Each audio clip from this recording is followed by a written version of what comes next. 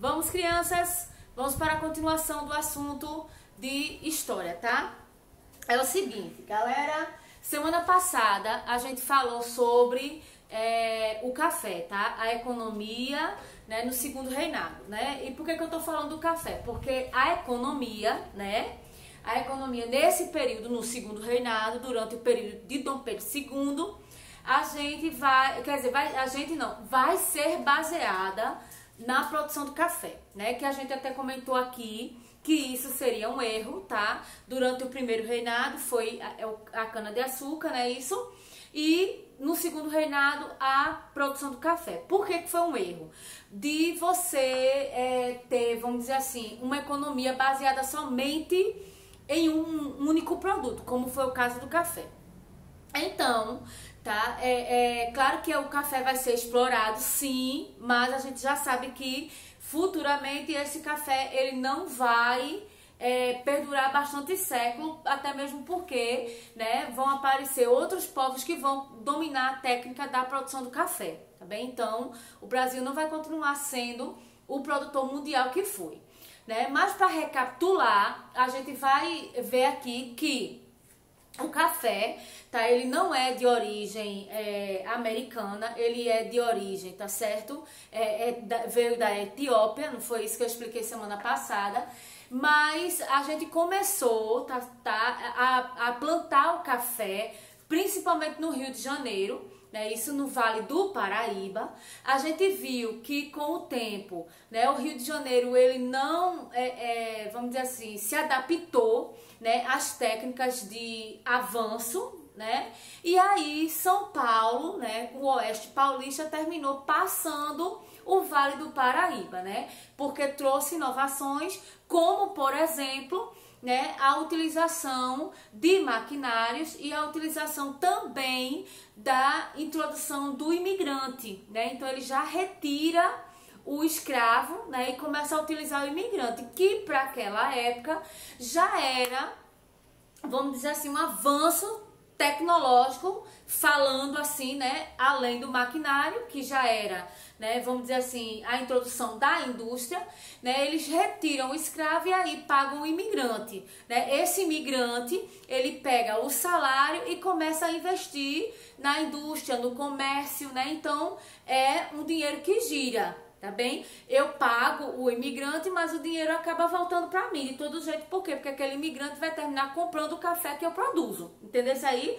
Então vamos prosseguir aqui, tá? A gente vai ver, recapitulado o que a gente viu, né? Semana passada a gente já pode dar continuidade ao assunto de hoje, porque para vocês relembrarem o que aconteceu no vídeo passado, tá bem? Então vê só. O café, tá? Ele vai provocar várias transformações no Brasil, tá? Claro que o café que eu falo é o dinheiro que se ganhou com o café, tá bem? Então vê bem. Que transformações foram essas, tá? A gente vai começar primeiro com a implantação e o desenvolvimento do sistema ferroviário, tá? Então começou, principalmente Dom Pedro II, tá? A gente vai ver essa diferença no reinado de Dom Pedro I e Dom Pedro II, que pena, né, por causa dessa pandemia, a gente não vai ver a novela que iria falar sobre ele, porque aí vocês iriam acompanhar o que eu tô falando e, né, um pouco da novela, mas o ano que vem talvez ela seja gravada, aí vocês vão ter um clique daquilo que eu tô falando. Dom Pedro II, ele era diferente do pai, por quê? Porque ele era mais voltado para essa questão tecnológica, então ele não tinha empecilho nenhum, tá, em ajudar uma pessoa que chegasse com ideia nova, né? Então ele apoiou bastante essa questão da tecnologia, vocês vão ver o que eu tô falando mais adiante. E aí a gente já começa a ver essa diferença aqui, tá? Por quê? Porque houve a implantação, tá, e o desenvolvimento do sistema ferroviário com o apoio de Dom Pedro II. Dom Pedro II, ele apoia essa implantação do sistema ferroviário, até mesmo porque se a economia, tá, no Brasil era voltada para o café, a gente tinha que ter um sistema, tá, que pegasse toda a produção de café e levasse para fora. Tá? A gente não tinha, vamos lembrar que a gente não tinha caminhões naquela época, então eu não podia transportar continuar transportando o café em grandes sacas no lombo de cavalo, tá? Então era uma coisa que era ultrapassada, tá? Na cabeça de Dom Pedro II isso não podia acontecer. Então, de fato, o trem, tá certo? O trem seria a melhor forma de pegar, né, toda a produção do café e aí, tá certo, fazer a viagem até os portos, tá bem? Então, por isso que houve a implantação e o desenvolvimento desse sistema ferroviário, principalmente ligando as principais capitais, tá? O Rio de Janeiro, né, São Paulo, que eram os maiores produtores, né? Primeiro São Paulo, depois de Rio de Janeiro, né, para mandar para o porto para que esse café fosse mandado para fora do Brasil. Então, fora a implantação, tá, do sistema ferroviário, a gente vai ter, ó, as atividades industriais, principalmente, tá, essas atividades industriais voltadas para o maquinário, no beneficiamento do café, né, e principalmente na sacaria do café, ou seja, né, eu pegava o café, então eu tinha que ter máquinas para fazer a moagem do café, né, para que aquele café saísse no pozinho, né, isso, já colocado em pó, e aqueles cafés em grão, né, um grão mais cheinho, não sei se vocês já viram, mas o café antes de ser triturado, ele é um grãozinho, tá? E aí era colocado em sacas. Essas sacas elas não eram amarradas, tá? Elas eram costuradas e para não ser costurada à mão, feito era antes, né? Feito principalmente era no Vale do Paraíba, o Oeste Paulista começa a apostar em máquinas, tá certo? Que fizessem o beneficiamento do café, né? Eu já não precisava de tanto imigrantes para ficar colhendo o café com a mão, porque aí já seria a máquina que faria, e no ensacamento, né, na sacaria daquele café, aí não seria mais costurado, já seria coladinho, igual a gente faz com os sacos de arroz, de feijão, tá certo? Isso faria com que o café durasse muito mais tempo, tá? Então, vê só, houve um incentivo também à indústria têxtil, que seria o quê? A indústria que fabricava tecido, né? Ou seja, roupa, tá? Então, já vai haver esse incentivo, né? E a gente sabe que para fazer roupa não precisava de grandes máquinas, né? Só precisava de máquinas de costura, né? Máquinas para cortar o tecido, máquinas para passar, tá? Que já seria um diferencial, tá bem? A gente vai ter, ó, o incentivo à importação e exportação do comércio, ou seja, principalmente de mercadorias, e que isso aí teria que acontecer principalmente por causa do café, né? Então, eu vendia para fora, né? Botava para fora o café, né? Mandava para lá, para a Europa, o café, e trazia da Europa produtos que eu não tinha aqui no Brasil, tá certo? Que eu não conseguia fabricar. Então era uma via de mão dupla. Eu mandava para lá o café e de lá vinham os produtos que eu não fabricava aqui no Brasil. Claro, tá? Que aí com um acordo, né? De tarifas alfandegárias mais baratas, tá certo? Para poder, né, eu não comprar o produto de lá, que viesse de lá da Europa muito caro, e eu também não poderia mandar o café daqui muito caro para lá, tá certo? Deu para entender aí, né? Então, vê. E a chamada introdução do trabalho livre e assalariado, que seria o quê? Os imigrantes. Aquilo que eu expliquei no início do vídeo aqui, tá? Que eu vou fazer a troca, né, do trabalho escravo pelo trabalho do imigrante. Então eu faço o quê? Eu pago o salário, tá? Eu pago o salário ao imigrante, né? Eu pagando o salário a ele, ele vai gastar com o quê? Com aluguel, com roupa, tá? Com alimentação, né? E esse dinheiro acaba voltando para quem? Para mim, tá? Antes isso não acontecia com o escravo, também não havia essa circulação, né? Porque eu não tinha que pagar o escravo. Professor, era bom? Tá, era, né? Eu não tinha que pagar o escravo, mas também não havia essa circulação, tá? Na economia, né? Eu não tinha, e vamos dizer que essa circulação, ela é bem maior do que eu não pagar o escravo. Por quê? Porque, querendo ou não, a gente recebe um salário, mas a gente não gasta somente aquele salário, né? A gente gasta mais por causa da questão do incentivo, né, a comprar o exagerado, aquilo que você não precisa. Deu para entender direitinho? Então vamos lá, tá? Vê só. Essa introdução do trabalho livre e assalariado, ele vai acontecer por causa da extinção do tráfico de negros, né, do tráfico negreiro, que a gente já falou no vídeo passado. Essa extinção, né, ela vai ser iniciada pela Inglaterra, porque a Inglaterra lá naquela época estava começando a fazer a Revolução Industrial e precisava da maior quantidade de pessoas, né, livres para poder comprar, ou seja, mercado consumidor. E aí ele incentiva, né, outros países a libertarem esses escravos. Isso começa no ano de 1850, tá bem?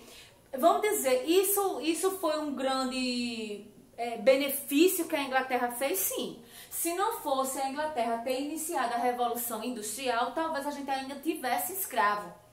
Será? Não é possível não. Mas vamos lá, tá? Vê só.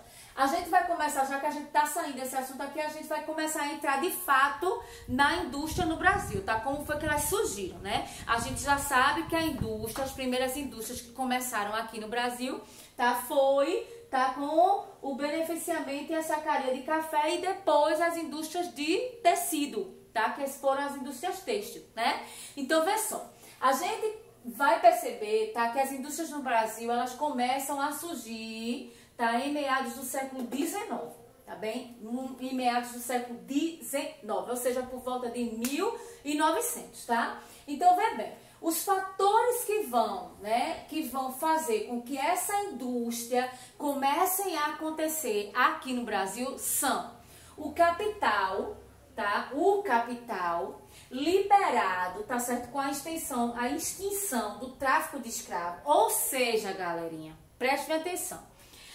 A Inglaterra começou a pagar, tá certo, aos países, né, para se libertarem dos escravos, né? Ou seja, o Brasil vai ser um dos últimos países, tá, que não adere a isso. Por quê? Porque a galera aqui não fazia nada, né? Até hoje não faz, mas não fazia nada. Então, para calçar o sapato, para limpar o escarro, né? Para limpar o xixi, limpar o cocô, para dar o banho no patrão, quem fazia era o escravo. Então, vocês acham, sinceramente, que o senhor, tá, o barão de café, tinha a intenção de libertar escravo? Não, tá? Então, o que é que acontece? A Inglaterra apela para a ignorância, tá? A chamada corrupção, vamos dizer assim, né? Que seria o quê?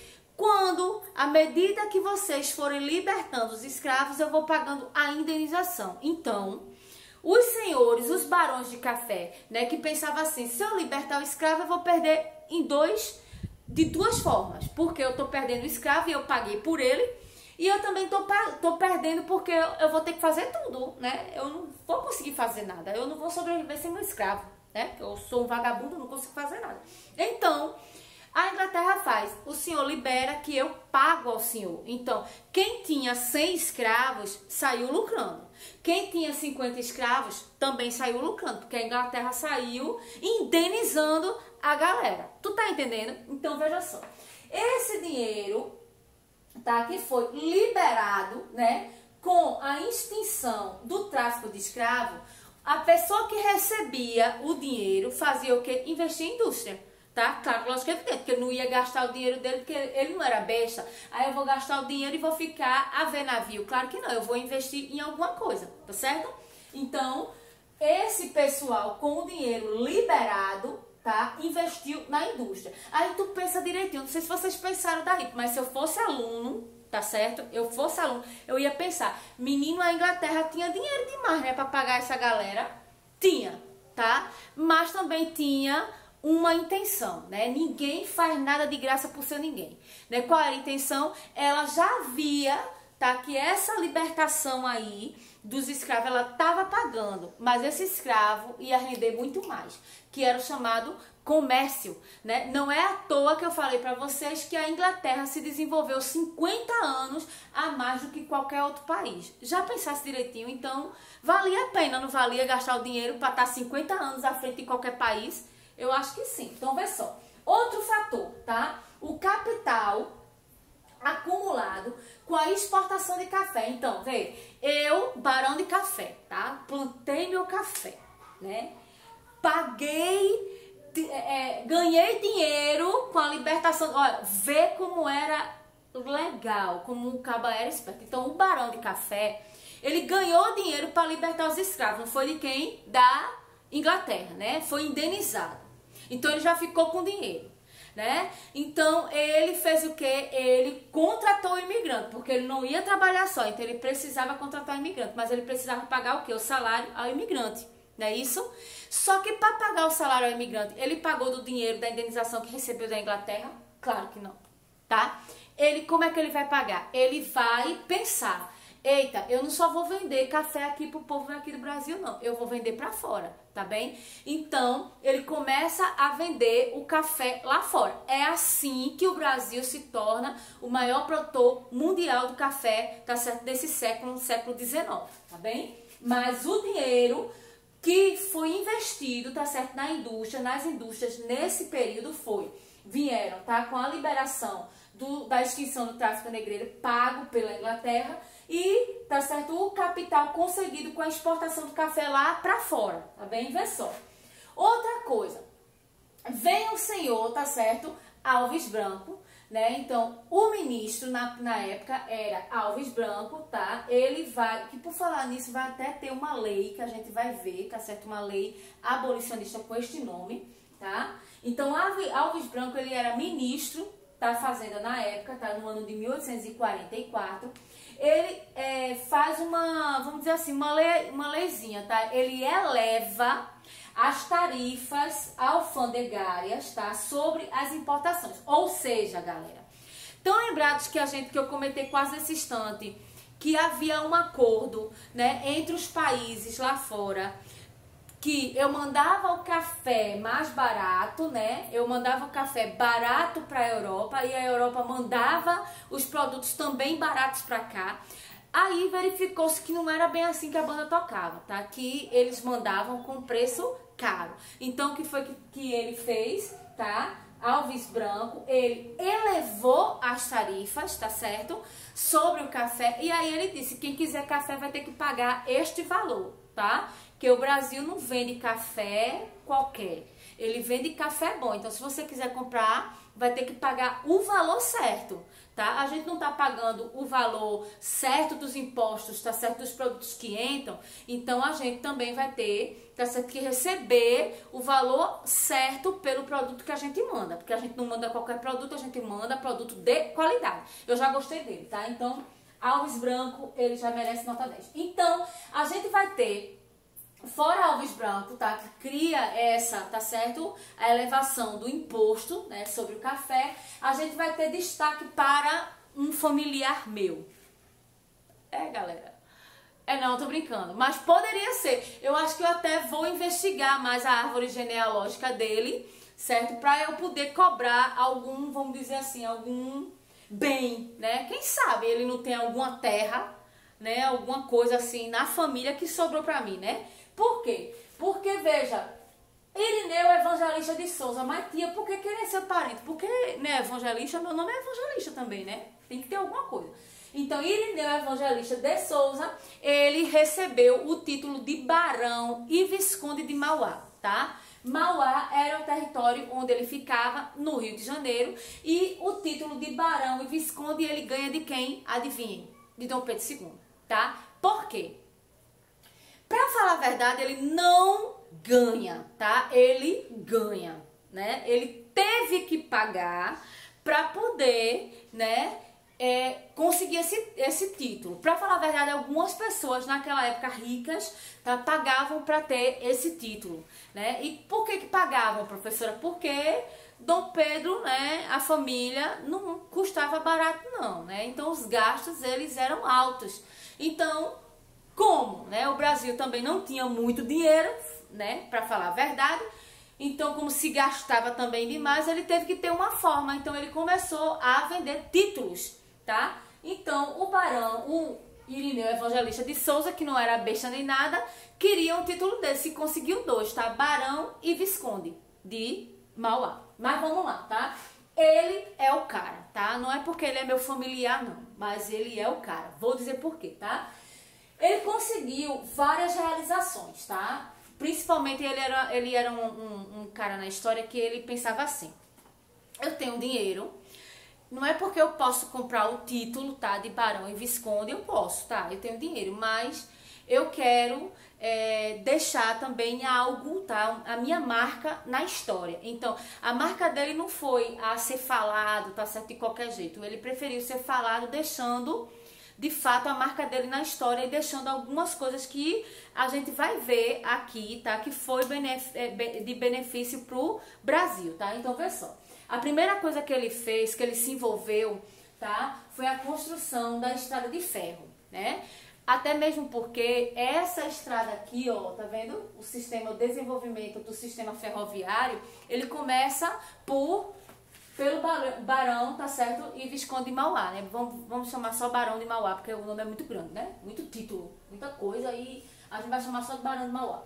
Então, a construção da estrada de ferro, tá? Foi ideia dele, né? Foi incentivada por ele e apoiada por Dom Pedro. Então, a primeira estrada, ela ligava, tá, a região da Serra, né, no Rio de Janeiro, à capital, tá bem? Depois, né, a capital do Rio de Janeiro. Depois ele faz esse prolongamento até São Paulo, tá bem? Que era justamente as regiões onde se fabricava café, né? Ele era barão do café, tá?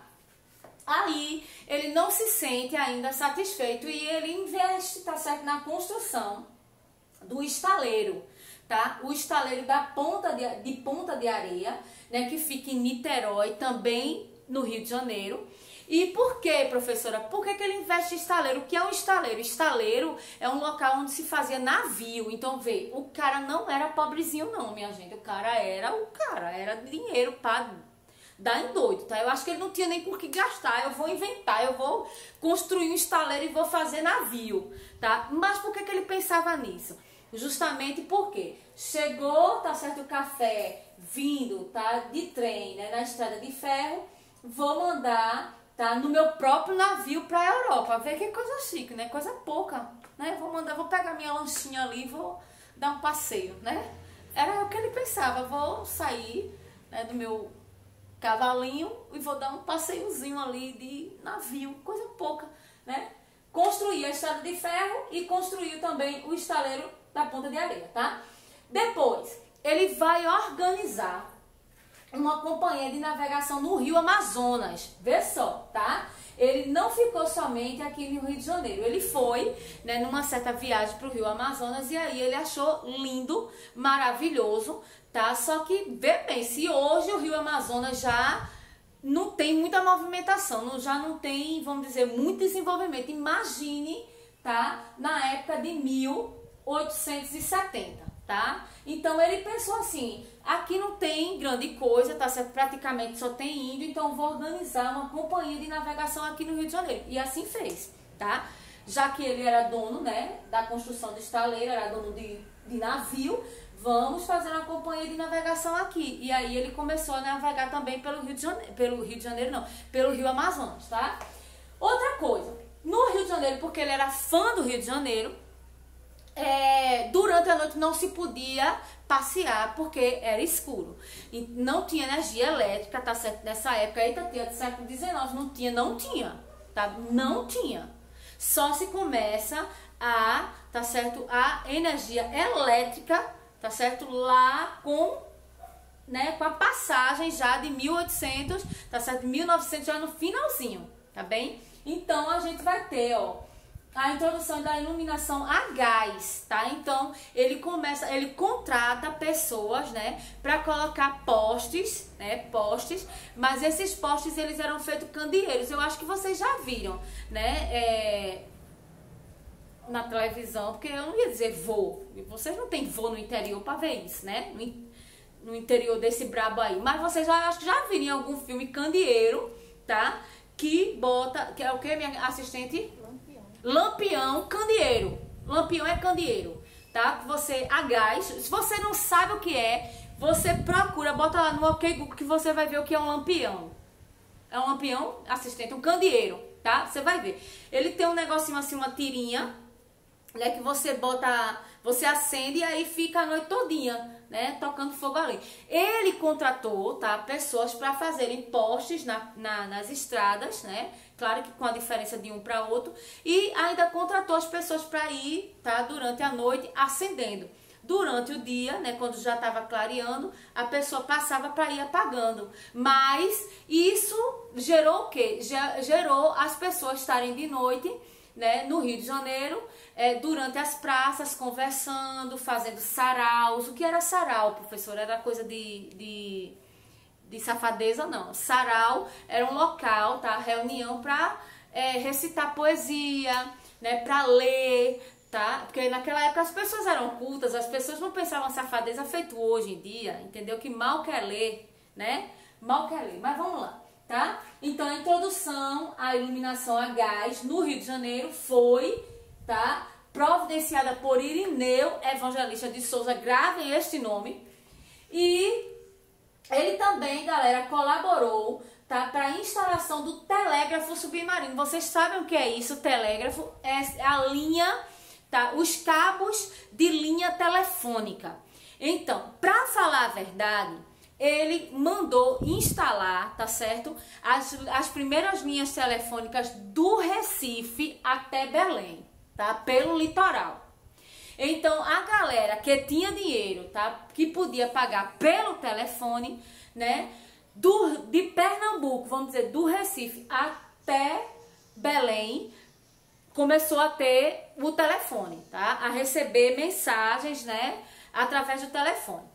Depois, ele começou, tá, ele se juntou com o Dom Pedro II, e aí ele fez, tá, a instalação desse mesmo cabo de telefone, tá, submarino, ligando o Brasil à Europa. E aí a gente passou a se comunicar com portugueses, com espanhóis. Vê que chique.